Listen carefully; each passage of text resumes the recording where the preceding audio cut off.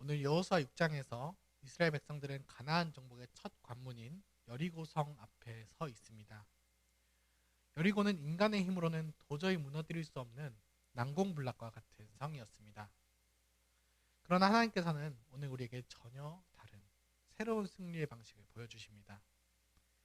하나님께서는 여호수아에게 특이한 작전을 지시하십니다. 칼과 창을 휘두르는 대신에 하나님의 언약궤를 앞세우고 그 성 주위를 돌라는 것입니다. 가장 앞에 무장한 군사들이 서고 그 뒤를 7명의 제사장들이 7나팔을 들고 따릅니다. 그리고 그 중심에는 하나님의 언약궤가 있습니다.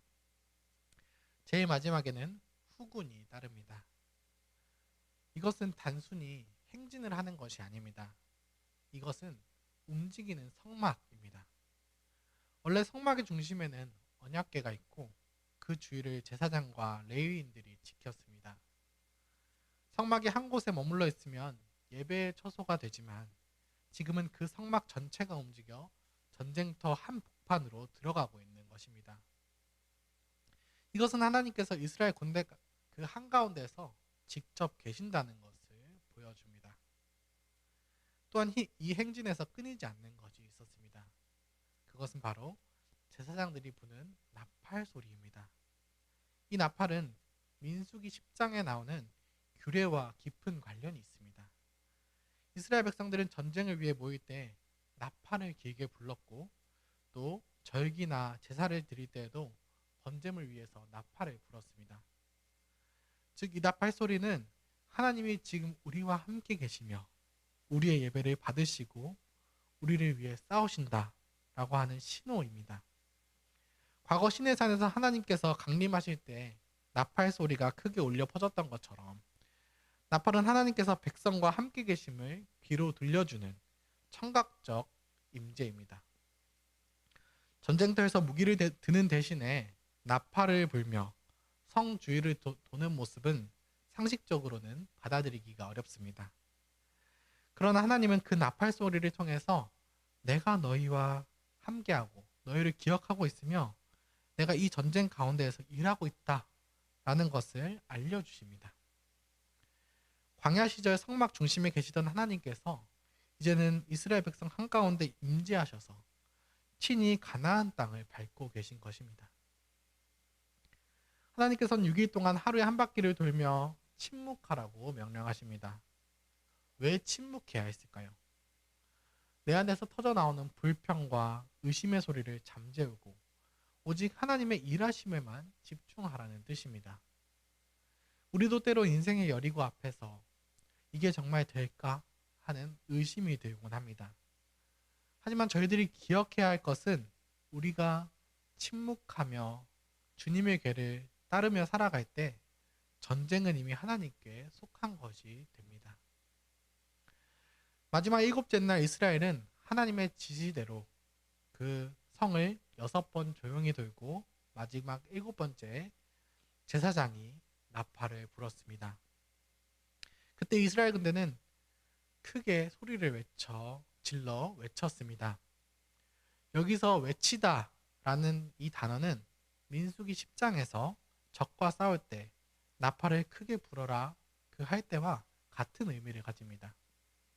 즉 백성의 목소리는 하나님의 나팔 소리와 같은 의미가 있었습니다.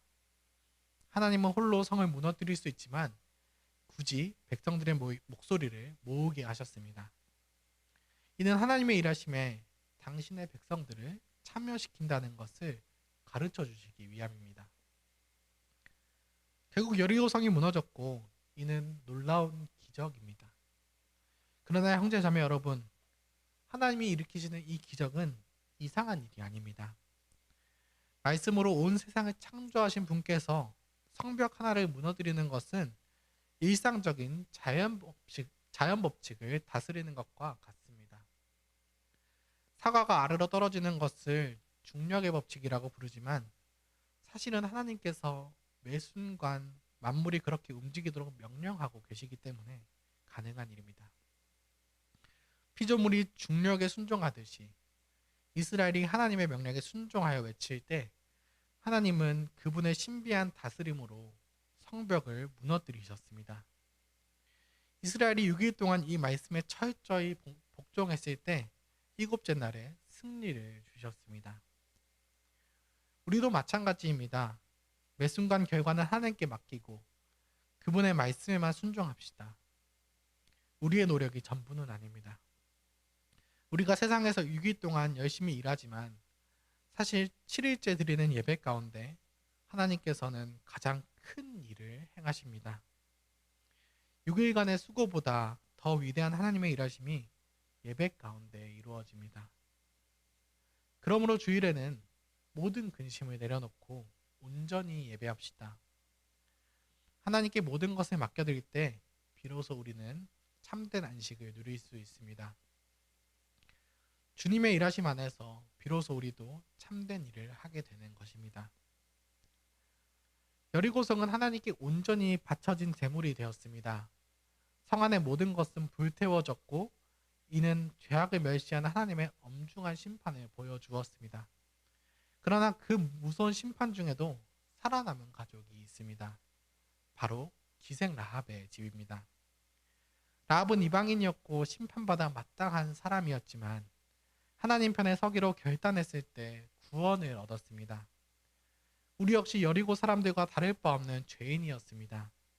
하지만 대제사장 대신 예수 그리스도의 은혜로 우리는 라합처럼 건짐을 받았습니다.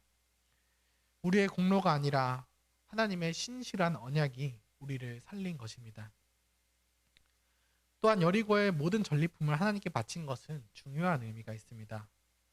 앞으로 이스라엘이 얻은 모든 땅과 소산물이 원래 하나님의 것이며 백성에게 선물로 주시는 것임을 가르치기 위해서입니다. 여리고의 금과 은을 하나님의 창고에 들였듯이 하나님은 죄 많던 우리를 정금처럼 단련시키셔서 당신의 보물로 삼아주셨습니다. 이 은혜를 기억하며 세상의 썩어질 가치에 충성하는 것이 아니라 오직 우리를 구원하신 주님만 따르는 우리가 되기를 소원합니다. 오늘날 이 언약궤의 임재와 나팔 소리가 예수 그리스도의 복음으로 완성되었습니다. 하나님은 저 멀리 계신 분이 아닙니다. 우리 교회 공동체 한가운데 계시며 오늘 우리의 삶 한복판에 움직이는 성막으로서 함께하고 계십니다. 세상 사람들은 우리의 순종을 보고 어리석다고 비웃을지도 모릅니다. 그러나 끝까지 침묵하며 말씀의 길을 따라갑시다. 하나님이 외치라 하실 때 그리스도께서 나와 함께 하시기에 나는 넉넉히 이깁니다 하고 선포합시다. 이 고백과 순종을 통해서 오늘 저와 여러분 앞에 여리고가 무너지고 하나님의 기업을 차지하는 복된 하루가 되기를 바라겠습니다. 함께 기도드리겠습니다. 하늘에 계신 우리 아버지 하나님, 오늘도 진리의 말씀 허락하심에 감사드립니다. 죄로 인해 죽어야 마땅한 우리가 복음을 깨닫게 하시고 그리스도의 구원하심에 참여하게 하심에 감사드립니다. 하루를 살아가면서 내 힘으로 무너뜨릴 수도 없는 그 여리고 앞에 절망하지 않게 하시고 하나님을 신뢰하게 하여 주시옵소서. 우리의 생각과 지혜로 하려는 마음은 침묵하고 하나님의 말씀을 외치고 순종하며 살아가는 저희가 되게 하여 주시옵소서. 자녀를 양육하는 부모들에게도 이 하나님의 신실한 언약과 사랑을 기억하게 하시고 말씀을 전하시는 유해신 목사님께서도 영육간에 강건하셔서 말씀을 힘있게 선포하게 하여 주시옵소서. 교회에 세워진 장로님과 집사님들이 교회를 잘 돌아보게 하셔서 성도님들이 입을 모아 하나님을 찬양하고 하나님의 일하심에 동참하게 하여 주시옵소서. 지금 이 시간에도 질병으로 고통받는 성도분들을 하나님께서 회복시켜 주시고 인간관계에서 어려움을 겪거나 재정의 어려움을 겪는 이들에게 하나님께서 위로를 더하여 주시옵소서. 오늘 하루도 저희의 삶 가운데 말씀으로 살아계시는 하나님께 감사드립니다. 예수님의 이름으로 기도합니다. 아멘.